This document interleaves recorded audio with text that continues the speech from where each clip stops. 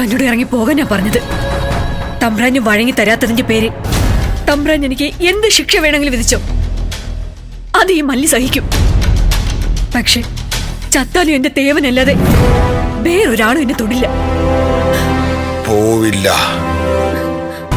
നിന്റെ ബലം അവസാനിക്കുന്നത് വരെ ചിത്രഭാനു ഈ കുടിലിൽ തന്നെ ഉണ്ടാവും.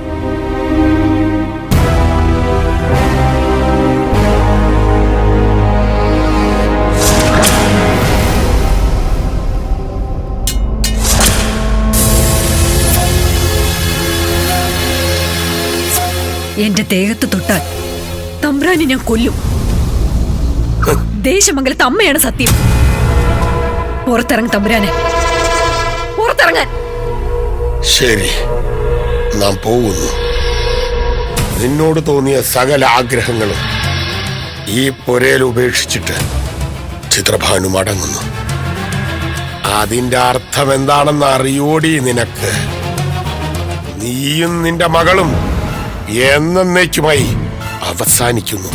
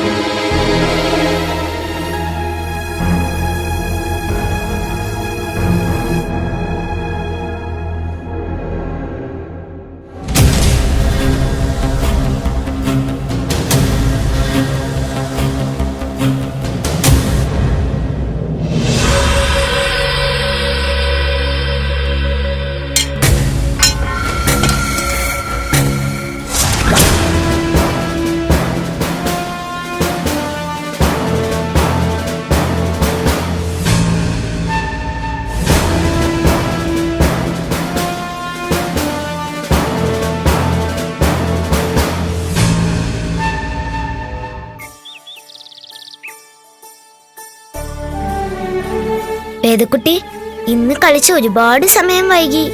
അമ്മ ചിലപ്പോ വഴക്ക് പറയും. കുഞ്ഞു പേടിക്കണ്ട, മല്ലിയമ്മയോട് ഞാൻ സംസാരിക്കാം. ഞാൻ പറഞ്ഞാ പിന്നെ മല്ലിയമ്മ ഒന്നും പറയില്ല.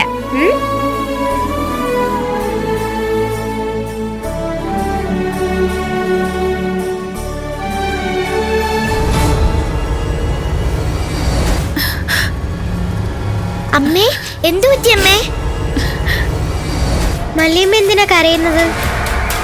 മല്ലിയമ്മ എപ്പോഴാ വന്നത്? ഇപ്പൊ വന്നതേ ഉള്ളൂ.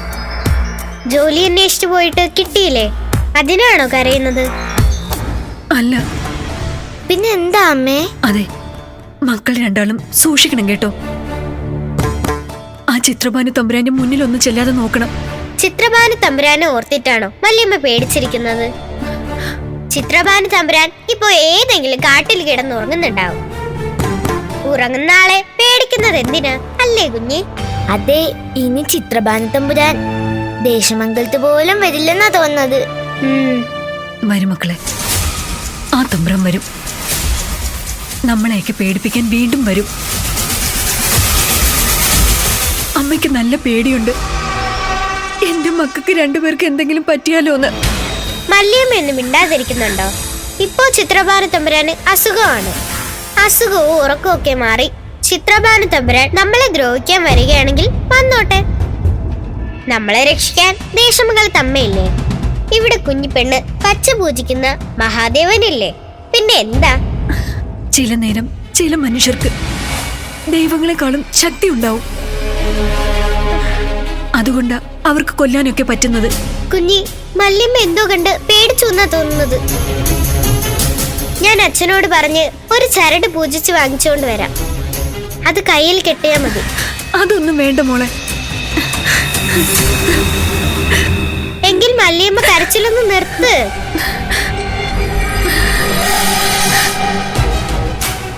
അമ്മ കരയുന്നത് കാണാൻ ഒരു രസവുമില്ല, ചിരിക്കുന്നത് കാണാനാ ഭംഗി, അല്ലേ വേദക്കുട്ടി? നല്ല രസമാ മല്ലിയമ്മ ചിരിക്കുന്നത് കാണാൻ. രണ്ടാളും ഒന്നും കഴിച്ചില്ലല്ലോ, ഞാൻ പെട്ടെന്ന് എന്തെങ്കിലും ഉണ്ടാക്കി. വേണ്ട, ഞങ്ങൾ വഴിയിൽ നിന്ന് കുറെ പഴങ്ങളൊക്കെ കഴിച്ചു. എന്റെ മക്കൾ എപ്പോഴും എന്റെ അടുത്ത് തന്നെ ഉണ്ടാവണം.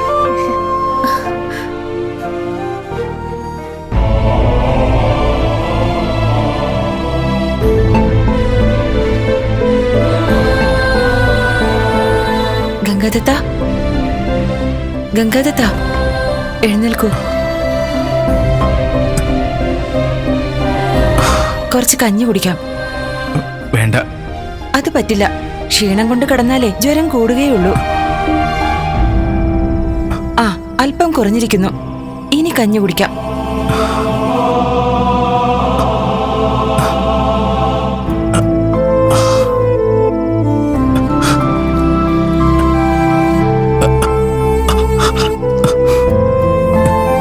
ഞാൻ കോരിത്തരാം.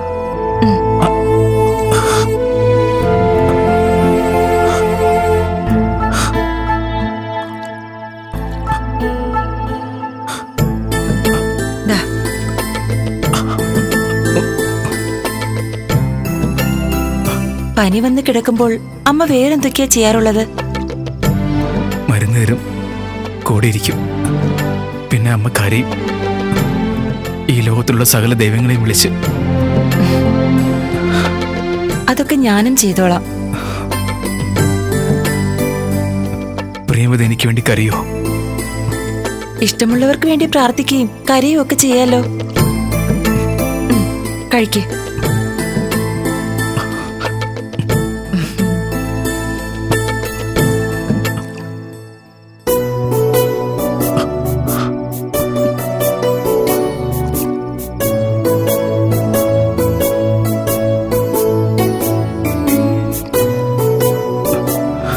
ഉറങ്ങിക്കോളൂ. പാത്രങ്ങളൊക്കെ എടുത്തു വെച്ചിട്ട് ഞാൻ അടുത്ത് വന്നിരുന്നോളാം. ഭാഗ്യമാണ് ഇങ്ങനെ ഒരാൾ പരിചരിക്കാനുള്ളത്. പക്ഷേ ജ്വരം വരുന്നത് അത്ര ഭാഗ്യമൊന്നുമല്ല. ആർക്കെങ്കിലും അസുഖം വരുന്നത് വല്ലാത്തൊരു വേദന തന്നെയാണ്. സന്ധിവേദന അല്പമെങ്കിലും കുറവുണ്ടോ? ഉണ്ട്. മാറിക്കോളും കേട്ടോ.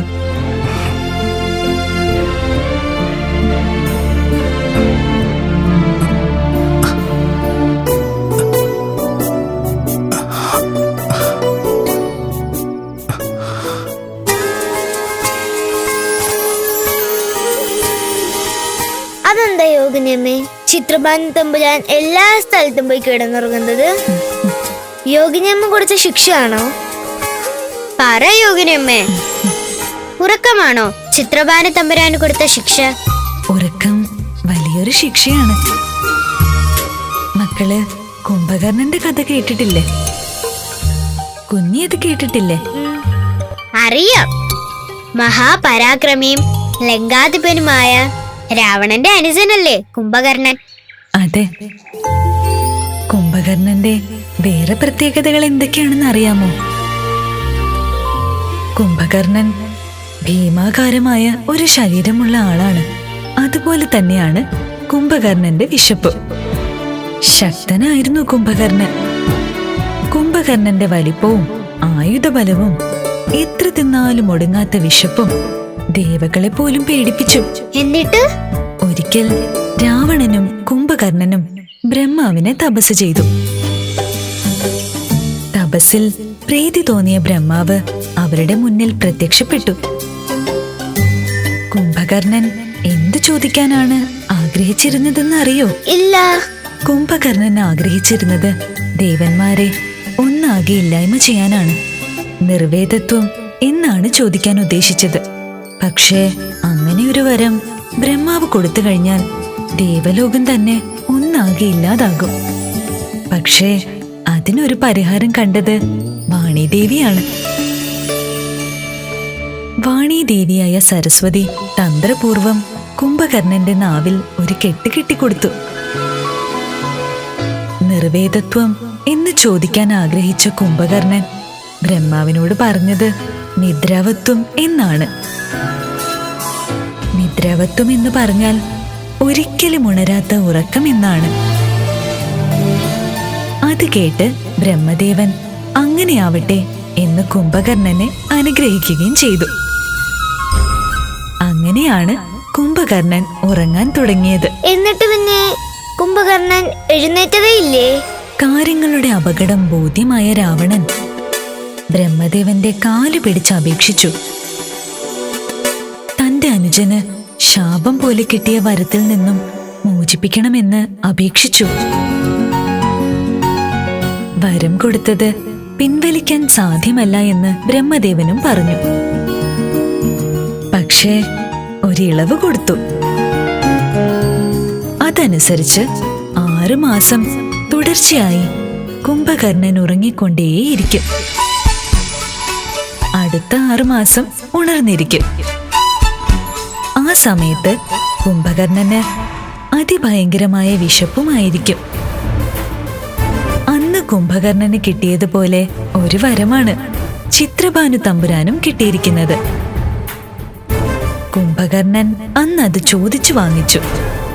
ചിത്രഭാനു തമ്പുരാന് ചോദിക്കാതെ തന്നെ ലഭിച്ചു. അപ്പൊ ഇനി എന്നും ചിത്രഭാനു തമ്പുരാൻ ഉറങ്ങിക്കൊണ്ടിരിക്കും അല്ലേ? കുറെ കാലം ഉറങ്ങട്ടെ, എന്നിട്ട് ആലോചിക്കാം. ശരിക്കും ചിത്രഭാനു തമ്പുരാനെ ശിക്ഷിച്ചത് ആരാ? യോഗിനിയമ്മയാണോ അതോ പരമശിവനോ? ചിത്രഭാനു തമ്പുരാനെ ശിക്ഷിച്ചത് അയാളുടെ പ്രവൃത്തികൾ തന്നെയാണ്. മറ്റുള്ളവർക്ക് ദോഷമുണ്ടാക്കുന്ന പ്രവൃത്തികൾ ചെയ്യുന്നത് ആരായാലും അവർ ഇതുപോലെ ശിക്ഷിക്കപ്പെടും. ചിത്രഭാനു തമ്പുരാന്റെ ശിക്ഷ മറ്റുള്ളവർക്ക് ഒരു പാഠമാകട്ടെ. എന്താ വേദക്കുട്ടി, നല്ലതല്ലേ? ചിത്രഭാനു തമ്പുരാന്റെ അഹങ്കാരം മാറണം, സുകന്യ തമ്പുരാട്ടിയുടെ അഹങ്കാരവും മാറണം. എന്നിട്ട് വർണ്ണമോള് നല്ല കുട്ടിയായി ഞങ്ങളുടെ കൂടെ കളിക്കാനും വരണം. അങ്ങനെ വരുമെന്ന് യോഗിനിയമ്മ വാക്ക് തന്നതല്ലേ? വരും കുഞ്ഞിപ്പെണ്ണെ. നന്മയുടെ വെളിച്ചത്തിലേക്ക് നടന്നെടുക്കാതെ ആർക്കും ജീവിതം ജീവിച്ചു തീർക്കാൻ പറ്റില്ല. വർണ്ണക്കുട്ടി വരും, ഉറപ്പ്.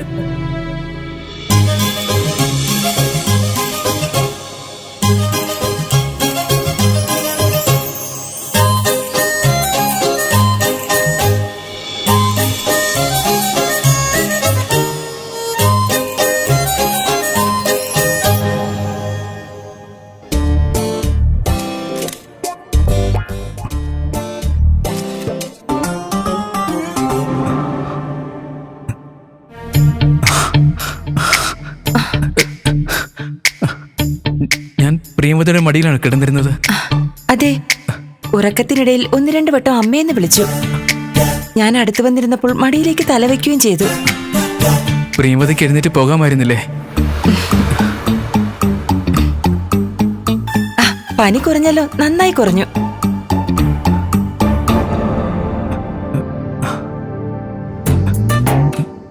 സത്യമാണ്.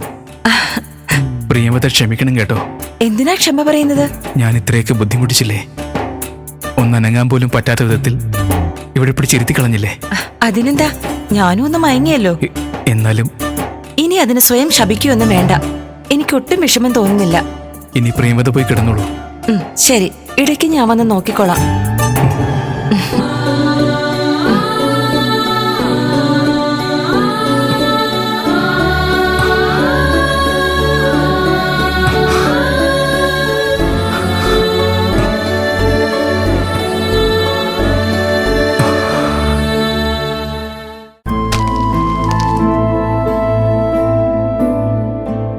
മോളെ കുഞ്ഞി, കുഞ്ഞി, കുഞ്ഞി.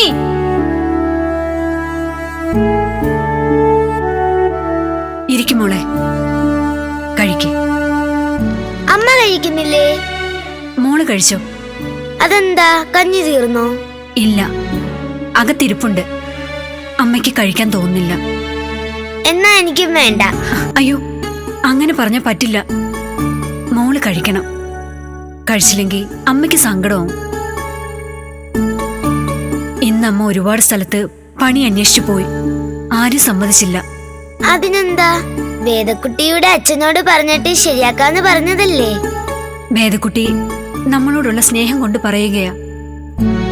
പക്ഷെ ആരും സമ്മതിക്കണമെന്നില്ല. എല്ലാവരെയും ചിത്രഭാനു തമ്പുരാൻ വിലക്കും.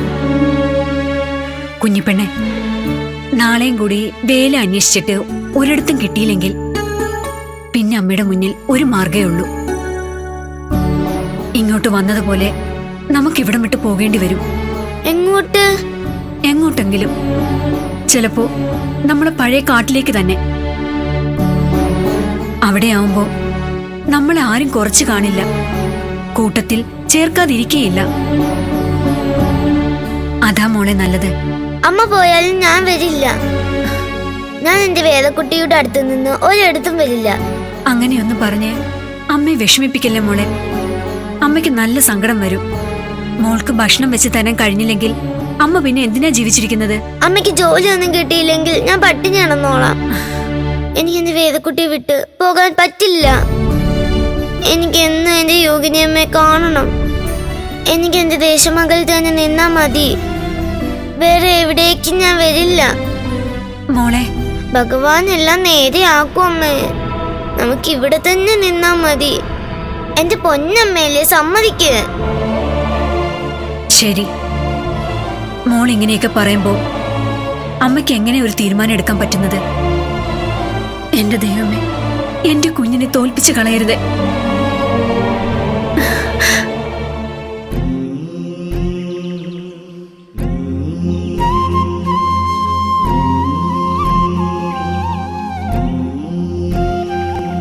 ദേവി, ദേവി, അമ്മേ മഹാമായേ, ദേവി, ദേവി മഹാമായേ, ദേശമംഗലത്തമ്മേ, ദേവി. മോളെ, ആ, അച്ഛന് ചിലപ്പോ ഒരു യാത്ര ഉണ്ടാവും. എങ്ങോട്ട്? അമ്മയുടെ മരണം കഴിഞ്ഞ് അധിക നാളാവുന്നതിന് മുമ്പ് നമ്മള് ഈ നാട്ടിലേക്ക് പുറപ്പെട്ടല്ലോ. ആചാരപ്രകാരം അമ്മയുടെ ചിതാഭസ്മം ഒഴുക്കാൻ കഴിഞ്ഞില്ല. ഗംഗയിൽ ഒഴുക്കണമെന്നായിരുന്നു അമ്മയുടെ ആഗ്രഹം. സാഹചര്യവശാൽ അത് സാധിച്ചില്ല. ഇനിയും അത് വൈകുന്നത് ശരിയല്ലാന്ന് അച്ഛന്റെ മനസ്സിലൊരു തോന്നൽ. ഇന്നലെ അച്ഛൻ അമ്മയെ സ്വപ്നം കണ്ടു. അമ്മയുടെ മുഖത്ത് ഒരു പരാതി പോലെ അച്ഛന് തോന്നി. വേറെ ഒന്നിനും അച്ഛന്റെ ഭാഗത്തുനിന്ന് മുടക്കം വന്നിട്ടില്ല. ചിലപ്പോ ഇതാണെങ്കിലോ? അങ്ങനെയാണെങ്കിൽ അത് എത്രയും പെട്ടെന്ന് ചെയ്യണം അച്ഛാ. ഉം. അമ്മയുടെ ആഗ്രഹമായിരുന്നില്ലേ? പോകണമെങ്കിൽ തമ്പുരാൻ അനുവദിക്കണം. പകരം പൂജാതി കർമ്മങ്ങൾ ചെയ്യാൻ മറ്റൊരാൾ വേണം. തമ്പുരാൻ സമ്മതിക്കും. ദേവിയെ പൂജിക്കാൻ വേറെ ആള് വരികയും ചെയ്യും. ഉം. അമ്മയുടെ ആഗ്രഹമല്ലേ, മുടക്കം വരില്ല. മോള് കുറച്ചുകൂടി മുതിർന്നിരുന്നുവെങ്കില് അച്ഛൻ യാത്രയ്ക്ക് കൂടെ കൂട്ടുമായിരുന്നു. പക്ഷേ ഒരു കാര്യം ചെയ്യാം. അച്ഛൻ ഗുരുകുലത്തിൽ പോയി ഗുരുവിനോട് സംസാരിക്കാം. അച്ഛൻ തിരിച്ചു വരുന്നതുവരെ കുട്ടിക്ക് അവിടെ നിൽക്കാൻ ബുദ്ധിമുട്ടാവോ? ഗുരുകുലത്തിൽ നിൽക്കാൻ എനിക്ക് സന്തോഷമേ ഉള്ളൂ. ഉം. പക്ഷേ അച്ഛൻ വിരോധമില്ലെങ്കിൽ വേറൊരു കാര്യം ഞാൻ ചോദിച്ചോട്ടെ? ചോദിച്ചോളൂ. ഞാൻ മല്യമ്മയുടെ കുഞ്ഞിപ്പെണ്ണിന്റെ കൂടെ നിന്നോട്ടെ? ആ, അവിടെയാവുമ്പോ മല്യമ്മ എന്നെ നോക്കിക്കോളും. കുഞ്ഞിപ്പെണ്ണ് കൂടെ ഉണ്ടാവുകയും ചെയ്യും. ഉം. എനിക്ക് സന്തോഷമായിരിക്കും അച്ഛാ. അച്ഛന് സന്തോഷാവും. പക്ഷേ അതെല്ലാരും എങ്ങനെ ഉൾക്കൊള്ളുന്ന് അറിഞ്ഞൂടാ. അവരും മനുഷ്യരല്ലേ. അവരോടെങ്ങനെ വ്യത്യാസമൊന്നും കാണിക്കണ്ടെന്ന് അച്ഛനല്ലേ എനിക്ക് പറഞ്ഞു തന്നിട്ടുള്ളത്. അച്ഛൻ മോളോട് പറഞ്ഞു തന്നു. മോൾക്കത് മനസ്സിലാവുകയും ചെയ്തു. പക്ഷേ മനസ്സിലാവാത്ത ആൾക്കാരുണ്ട്. മനുഷ്യന് ഒരു തരത്തിലും മനസ്സിലാവാത്തത്. എന്നാലും തമ്പുരാനോടുകൂടി ഒരു വാക്ക് ചോദിക്കാം. തമ്പുരാൻ വിരോധം പറഞ്ഞാൽ പിന്നെ തർക്കിക്കാനൊന്നും നിൽക്കണ്ട. അച്ഛൻ പറയുന്നത് ഞാൻ അനുസരിച്ചോളാം. നല്ല കുട്ടി. എന്നിട്ട് കുറെ നാൾ കഴിഞ്ഞ് വേദക്കുട്ടി വലുതാവുമ്പോ അച്ഛൻ അവിടെ കൊണ്ടുപോവാം കേട്ടോ. അച്ഛനുമായിട്ട് ദൂരസ്ഥലങ്ങളിലൊക്കെ സഞ്ചരിക്കണമെന്നുണ്ട് എനിക്ക്. അങ്ങനെ എന്നെ കൊണ്ടുപോവുകയാണെങ്കിൽ കുഞ്ഞിപ്പെണ്ണ് കൂടെ വന്നാൽ എന്നെ കൊണ്ടുപോവോ? ഉത്തരം കുട്ടിക്ക് അറിയാവുന്നതാണ്. അതിന് വേറെ വേറെ ചോദ്യങ്ങൾ ചോദിച്ചതുകൊണ്ട് മാറ്റമൊന്നും ഉണ്ടാവില്ലല്ലോ. ഏതായാലും അച്ഛൻ തമ്പുരാനോട് സംസാരിക്കട്ടെ. ബാക്കിയെല്ലാം എന്നിട്ട് നമുക്ക് തീരുമാനിക്കാം. ശരി അച്ഛാ.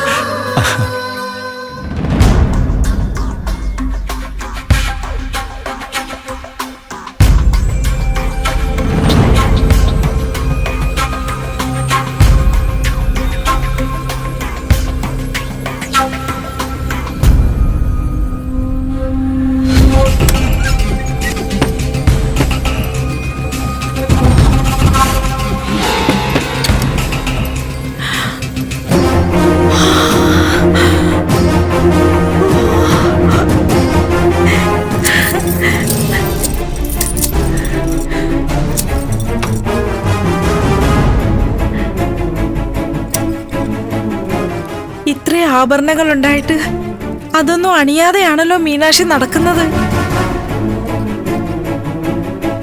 ആഭരണ ഭ്രമം ഇല്ലാത്തവള് ഇതൊന്നും പരിശോധിക്കില്ലായിരിക്കും.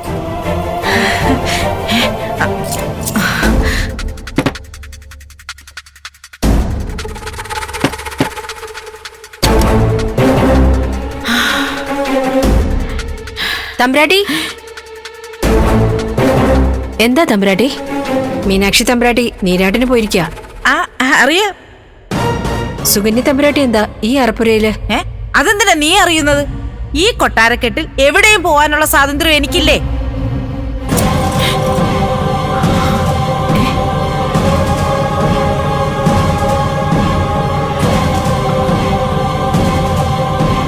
ഇത് മീനാക്ഷി തമ്പ്രാട്ടിയുടെ ആഭരണമല്ലേ?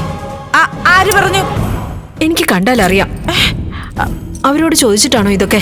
ഇതെന്റെ ആഭരണങ്ങളാ. നീ വഴിയിൽ നിന്ന് മാറാനാ പറഞ്ഞത്. ഇല്ല, തമ്പുരാട്ടി പുറത്തിറങ്ങുമ്പോ അറപ്പുരയ്ക്ക് എന്നെയാണ് കാവൽ നിർത്തിയിരിക്കുന്നത്.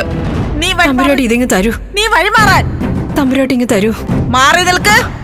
അല്ല തമ്പുരാട്ടി, അതിങ്ങ് തരൂ. നിന്നോട് മാറി നിൽക്കാനാ പറഞ്ഞത്. തമ്പുരാട്ടി എന്നെ പിടിക്കാറായോ നീ? അതിങ്ങ് തരൂ തമ്പുരാട്ടി.